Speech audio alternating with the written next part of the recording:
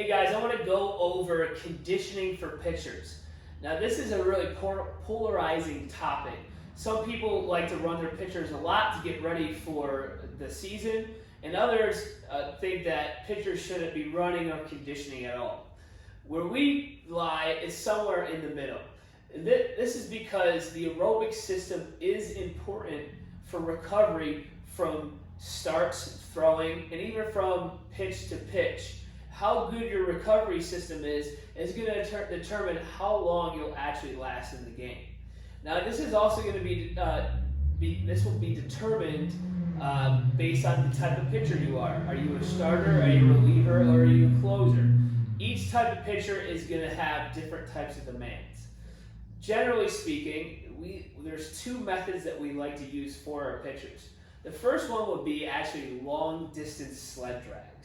This is going to build up the reservoir, what we like to say, or the aerobic system itself. And this is a form of low intensity conditioning. So an example of this would be putting a 45 pounds all the way up to 135 pounds on a sled and having your pitcher drag it forward and drag it backwards for either amount of time or amount of distance.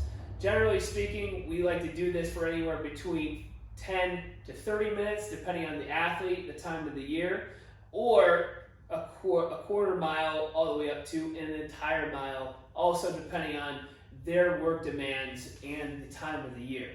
What this does is it builds the reservoir so they can recover faster from pitch to pitch and start to start.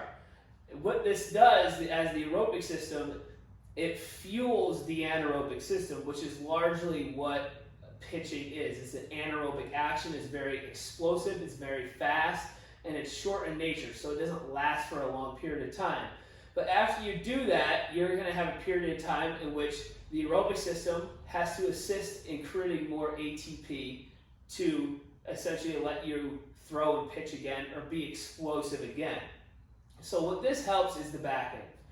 And then on the front end, as we get closer to the season, we'll actually get a little bit more specific when it comes to conditioning.